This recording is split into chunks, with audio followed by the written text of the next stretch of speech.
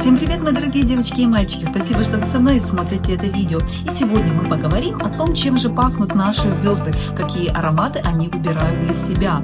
Но в начале выпуска я хочу сказать огромное спасибо моим прекрасным зрительницам, которые в своих комментариях делятся со мной своими идеями. Также, если у вас есть какие-то идеи, кого из звезд мы разберем в следующих видео, напишите об этом, пожалуйста, в комментариях. А также не забывайте поставить лайк и подписаться на мой канал. И начнем мы сегодня с Шарлиз Терон.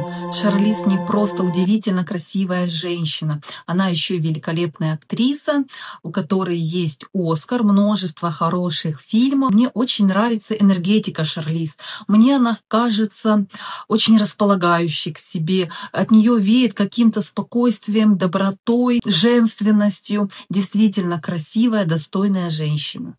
И в свои 50 лет она просто в отличной, великолепнейшей форме. И хочу сказать, что меня очень радует тенденция последнего времени.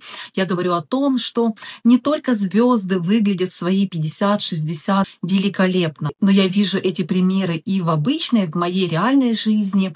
И это меня очень вдохновляет. И мое восхищение всем этим прекрасным женщинам. И мы все знаем, что долгие годы Шарлиз была лицом аромата J'adore от Dior. И сама Шарлиз не раз говорила, что действительно ей очень нравится этот аромат, и она с удовольствием им пользуется. Особенно он хорош для вечерних выходов. И я вполне верю, что Шарлиз была не только рекламным лицом этого аромата, но и сама с удовольствием им пользовалась. Аромат действительно прекрасен, это одна из легенд парфюмерного мира. Уже многие-многие годы это бестселлер данной марки. И это очень женственный, красивый аромат. Он комплементарный, он шлейфовый, действительно жидкое золото. И J'adore — это выбор миллионов женщин. И это не просто так. Аромат действительно женственный, прекрасный, таинственный, манящий, прекрасное жидкое золото. Здесь богатая пирамида, аромат играет, переливается. Стойкость и шлейф также на высоте. В его верхних нотах груша, дыня, магнолия, а также персик, апельсин и бергамот. В средних нотах это слива в великолепнейшем цветочном букете из розы, жасмина, ландыша, туберозы, фиалки, фрезии и орхидеи. В базе же мускус, ваниль, кедр и ежевика. Также в одном из своих интервью Шарлиз сказала, что для вечерних образов она любит вот такие более чуть томные, более глубокие ароматы. Ну а в повседневной жизни ей хочется более легких, чуть более простых формул. И поэтому в своей повседневной жизни Шарлиз очень любит использовать аромат Original Musk от Kiehl's. Если вы любитель мускусов, если вам нравится эта нота, то это тот парфюм, к которому стоит присмотреться. Мускус здесь очень интересный, но я знаю, что он не всегда хорошо садится на кожу. Здесь как повезет, как сыграет химия вашей кожи, но нужно сказать, что и с другими ароматами это часто работает. Аромат красив, многогранен, при этом здесь есть и нежность, и аромат чистоты, аромат уходовых таких мыльных средств. Это как будто бы вы только вышли после душа, после принятия ванны, и от вашего тела исходит чисто мыльный аромат. В его верхних нотах бергамот и цветок апельсина. Далее идут роза, лилия, иланг-иланг и нероли. В базе же мускус, пачули и бобы тонка. Действительно интересный аромат, выбор прекрасный Шарлиз Терон.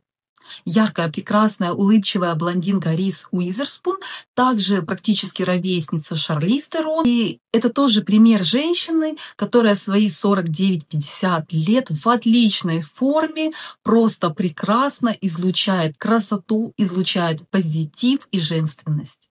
Риз также очень талантливая актриса, в ее копилке также есть Оскар, а также у нее есть своя продюсерская компания. Ну, я думаю, что многие любители парфюмерии и косметики знают, что Риз очень активно сотрудничает с компанией Avon, она является ее креативным продюсером, и у нее есть своя линейка ароматов данного бренда. И в своих интервью Риз, конечно же, говорит, что пользуется данными парфюмами. Если честно, то может быть да, но может быть и нет. При этом я не говорю, что у Avon нет достойных ароматов. Так, например, их маленькое черное платье я когда-то, помню, очень любила.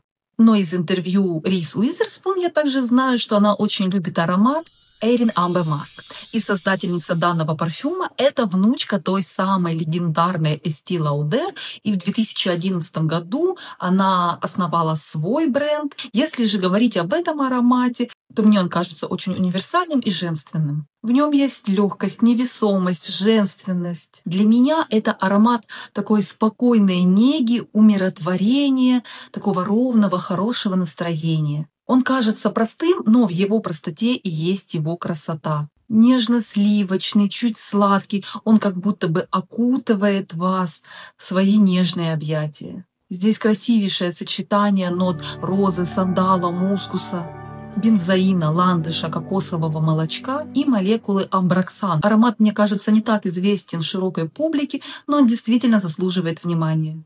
И от ярких красавиц и блондинок я предлагаю перейти к яркой красавице-брюнетке. И я говорю о Зое Кравиц. Зоя действительно обладает очень яркой, такой страстной внешностью. Ее красота действительно приковывает к себе внимание. Зои, как мы знаем, является дочкой известных родителей. И хотя Зои многие ставят это в вину, но мне кажется, Зои и сама по себе очень талантлива и интересна. У нее обширная фильмография и множество наград. И по словам самой Зои, каждое утро она выбирает аромат под свое настроение. Это не всегда один и тот же парфюм. Также, по словам самой Зои, более всего она отдает предпочтение эфирным маслам. И в частности, Зоя не раз говорила, что она является фанаткой аромата ладана, и в повседневной жизни очень часто она использует для себя вместо духов именно эфирное масло ладана. Аромат здесь очень глубокий, страстный, яркий, под стать самой Зои. Также Зоя говорит, что это масло практически всегда есть в ее сумочке, и она часто берет его с собой в перелеты, чтобы после перелета нанести на свою кожу и получить вот этот заряд яркости, энергии и взбодриться. Если же говорить о парфюмерии, то я не нашла здесь никакой информации, кроме того, что Зоя не раз упоминала аромат Opium, а точнее Black Opium версии Extreme. Конечно же, Зоя является лицом данного бренда, но я не исключаю, что аромат ей нравится. По словам самой Зои, здесь отличное для нее сочетание мужской и женской энергии. Аромат глубокий, аромат страстный, он яркий, он обращающий на себя внимание, очень женственный и сексуальный. Для меня это очень красивая гурманика, идеально на вечер, идеально на прохладное, на холодное время года. Летом для меня лично он немножко душноват, но это всего лишь мое предпочтение. Аромат кофе здесь сочетается с какао, пачули и ванилью, а также с легким отголоском цветов жасмина и апельсина.